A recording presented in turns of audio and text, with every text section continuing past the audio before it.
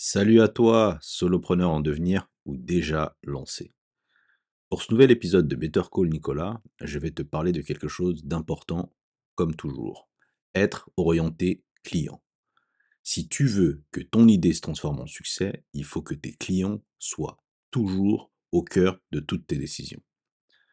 Peut-être que tu te demandes qu'est-ce que c'est exactement d'être orienté client et comment je peux l'intégrer à mon business sans perdre mon authenticité. Dans cet épisode, je vais te donner quelques clés pour que tu puisses comprendre ce concept et l'appliquer de manière concrète.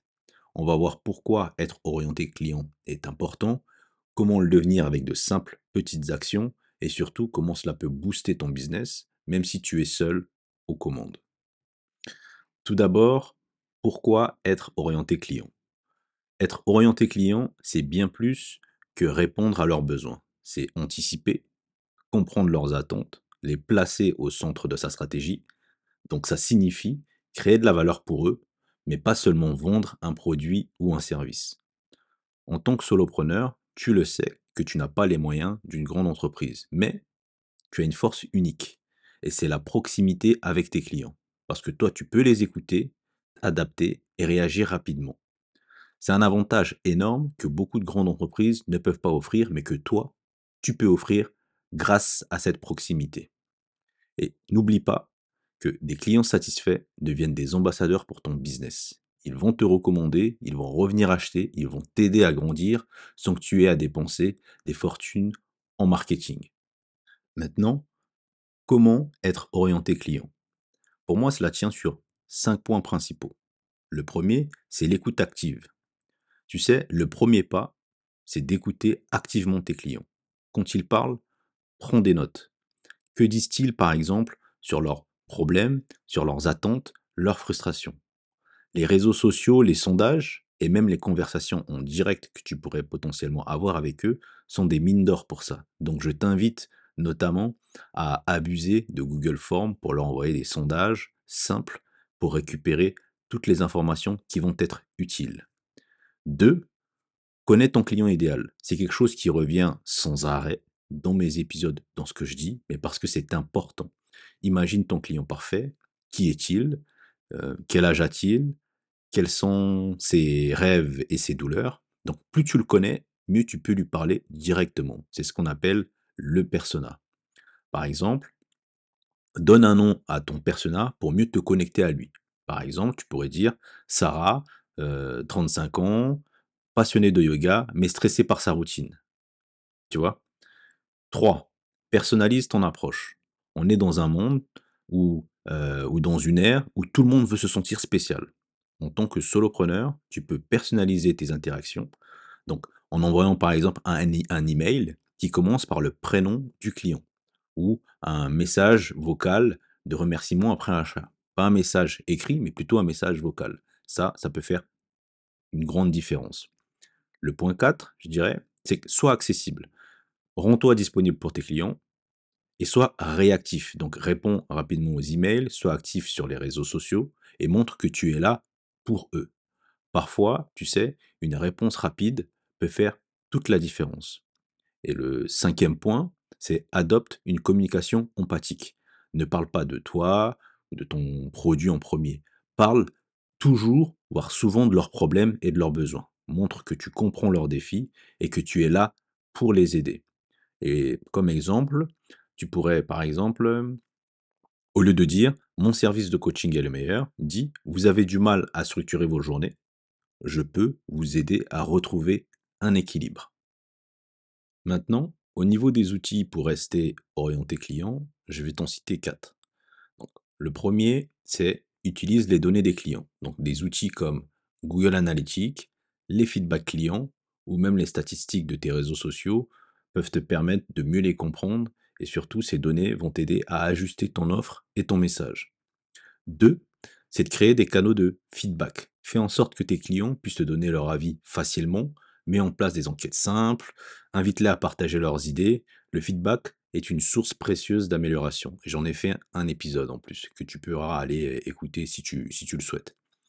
3, analyse les tendances et les besoins. Fais toujours attention aux tendances qui sont dans ton secteur et aux nouvelles attentes de tes clients.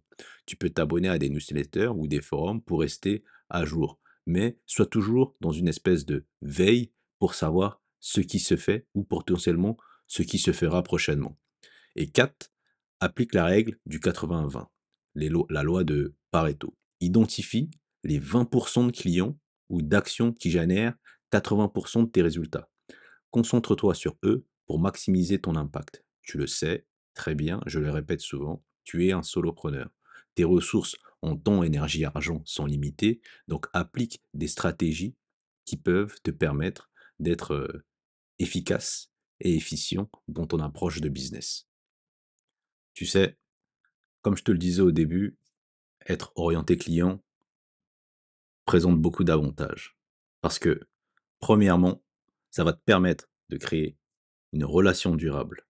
Parce que quand tu mets tes clients au centre, tu ne construis pas seulement un business, tu bâtis une relation de confiance. Et c'est ensuite cette relation de confiance qui va te permettre de te démarquer. Deuxièmement, ça te permet d'augmenter ton taux de rétention. La rétention, pour le dire vulgairement, c'est le fait de retenir. Et donc, un client satisfait reviendra encore et encore. Et c'est beaucoup plus rentable de fidéliser un client que d'en acquérir un nouveau. Et j'ajouterais que ça te permet d'obtenir de la publicité gratuite. Des clients heureux parleront toujours de toi autour d'eux. Et le bouche à oreille reste l'une des formes de marketing les plus importantes. Ceci étant dit, je ne peux pas conclure cet épisode sans te parler des pièges à éviter. Donc, premier piège serait d'oublier tes propres limites. En fait, être orienté client, c'est important, mais ça ne veut pas dire que tu dois dire oui à tout. Tu dois apprendre à poser des limites pour éviter de t'épuiser. 2. Ignorer les clients mécontents. Tu sais, chaque critique est une opportunité d'amélioration. Donc tu ne dois pas avoir peur d'affronter les retours négatifs, mais tu dois les utiliser pour progresser, en vue d'améliorer ce que tu proposes sans cesse. Et 3, tu ne dois pas perdre de vue ton offre. Rappelle-toi que tout ce que tu fais doit être aligné avec ton produit ou service. Évite l'épuisement, comme je le disais, mais surtout ne te disperse pas en essayant de plaire à tout le monde. En résumé, être orienté client, c'est écouter, comprendre, personnaliser et agir en fonction des besoins réels de tes clients.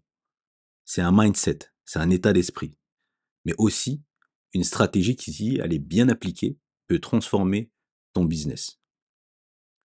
Voilà, si cet épisode t'a plu, pense à le partager avec d'autres solopreneurs qui pourraient également l'apprécier. Et puis, ce que je rajouterais, c'est que si tu as une question ou si tu souhaites entrer en contact avec moi, n'hésite pas à m'écrire, m'envoyer un DM sur Instagram.